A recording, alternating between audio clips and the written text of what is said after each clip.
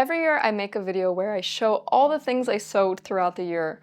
August 2025 was my 5-year sewing anniversary, meaning I started sewing a little over 5 years ago now, and I cannot believe that it's been that long. If you've watched my channel for a while, you'll know that I never did modern sewing, so I've always done historical sewing, and I also never machine sew, so all of this is hand-stitched. This past sewing year, I started to become interested in many different older time periods, and by older I mean I went all the way back to the Mesolithic. I also learned a lot of other handicrafts this year, including how to knit, how to do spraying, drop spindle spinning, basic weaving, basket making, and some others. I won't be showing those crafts in this video, rather I'm going to just focus on the sewing aspect. I will also try to include everything I made, though I'm probably forgetting something. One really special thing about this year's creations is I think that they are all self-drafted items. I could never imagine during my first or second year sewing that I'd get to this place. There's of course absolutely nothing wrong with utilizing commercial patterns. I just feel really proud of myself for getting my skills to the place where I can have a little bit more freedom with what I'm able to make, and I'm not reliant as much on patterns anymore. The last yearly sewing roundup video ended where I was making ancient Greek clothing.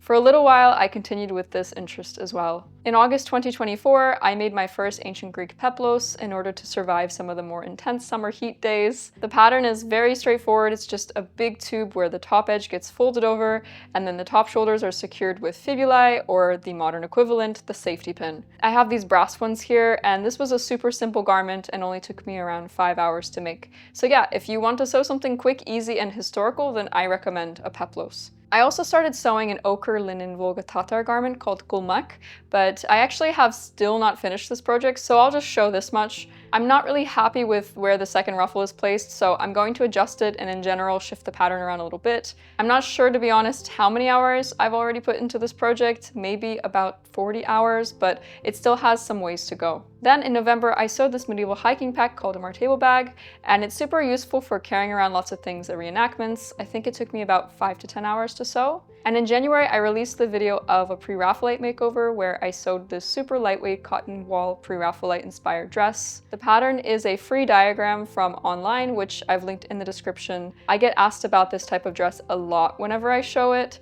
and it is inspired by 1490s Italian camicias. I've made 2 similar dresses in the past, this green one and this red one, both of which I still wear all of the time. I can't really remember how long this dress took me to make, but I think it was around 25 hours of hand stitching as a rough estimate.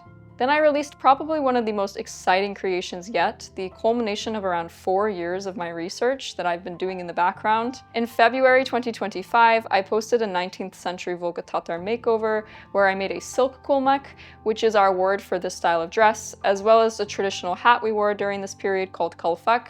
I also did teeth blackening and the white face makeup that was common in our beauty standards during this period. The neck ruffle I'd made in a prior year, and it's called Izu.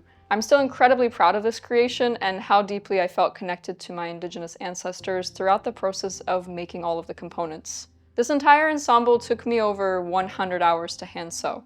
Whilst shooting the Abbasid Food Week, I also sewed a 10th century Volga Bulgar dress, who are thought to be the potential ancestors of the Volga Tatars. This garment was fairly simple in its construction, but I also really like how radiant the bleached white linen is with the red accented details. This garment took me around 20 hours to hand sew. Sometime throughout the year, I truly can't remember exactly when, but I threw together this blue lightweight wool peplos just because I needed something else to wear one hot day, and I was tired of my other ancient Greek outfits because I had been wearing them so much. So I made this one, and it took only about 3 hours to sew because I used the selvages for the hems.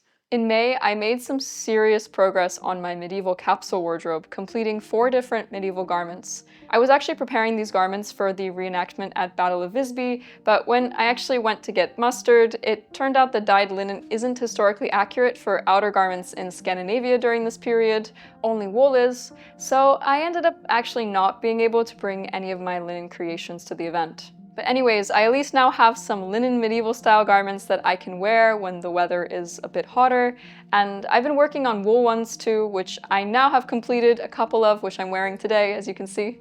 This part of the capsule wardrobe that I finished sewing consisted of a tighter fit blue linen sleeveless kirtle, which took me around 45 hours to sew. I'll make some detachable sleeves very soon, I just haven't gotten around to it still. I also made this rust-colored coat, which I still need to make eyelets for the front lacing. It It took about 20 hours. Then there's this beautiful blue coat, which is a looser fit style, and it took about 20 hours to hand sew. And finally, a yellow linen surcoat, which took around 15 hours. The cut of this surcoat is more accurate for men during the 14th century rather than women, as the women's ones wouldn't have had vents for riding at the bottom, nor would they have had a center seam, but I really liked the style, so I made it anyways. I also made some medieval underwear, which included a pair of wool hose, a linen 14th century smock, and also a semicircle linen head veil. These 3 pieces took me around 25 hours to hand sew. I also knitted some medieval hose, which was my first time ever knitting hosiery, and I absolutely love how they turned out. I said I wouldn't get too much into my knitting makes of the year, but I'm very proud of these. Finally, my last big project for my 5th year of sewing, I completed in July. It is an entire Mesolithic outfit, which consisted of a deerskin bodice or top, a skirt, an apron, as well as a goat fur overdress. I had to learn a ton of new skills to get into Stone Age clothing making, as it's quite different than the clothing of later periods, especially during Mesolithic Europe, where we don't have evidence for cloth being woven yet.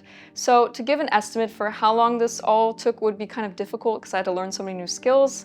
If I had to guess, perhaps about 40 hours for the whole ensemble. Working with deerskin is very unique because you don't really create patterns, you sort of just examine the way your hide is and then it tells you what it wants to be made into, not really the other way around. I also learned to make coiled basketry, and here is my very first one. During my 5th year sewing, I hand sewed a total of around 370 hours for these projects, though I do have quite a few other projects that I started throughout the year and haven't finished yet. My focus this time was to widen my understanding of self-drafting patterns and to really challenge myself to come up with garment shapes and designs from my own mind. Especially so that I'd be able to make garments where patterns maybe don't exist, like the Volga Tatar ones for instance. I felt mastering this would open up so many new doors and create such a deep sense of freedom within my craft. I certainly am no master yet, but I do feel that my knowledge and skills have increased dramatically because I focused so much on this practice. I just want to remind you all that every hour you've put into your craft this year is worth it, even if it's just a few minutes a day. Any energy you put in is giving you more experience, and all the small amounts really do add up into progress. So keep on going with your crafts, even if it can sometimes feel quite defeating. Trust me, I have been there so many times, crying and sweating and bleeding all over the garments I'm sewing. It really does give blood, sweat, and tears an entirely new meaning. But you just have to keep on moving forward, even if it's just one tiny step at a time. For my 6th year sewing, I'm already working on challenging myself even more. I've been building up my 14th century wardrobe so I can finish up the last 4 garments of my medieval capsule wardrobe project. I'll be making even more Stone Age clothing, and in the nearer future, I'll be exploring some additional time periods that you haven't seen me cover before, which I am very excited about. Thank you so much for the continued support of my channel and for watching this little update. I know these videos are usually watched by people who have been subscribed to my channel for a while, so I really appreciate you still being here, even though my channel has gone through some evolutions over the past 4.5 years. And I'll see you all in 2 weeks for another video.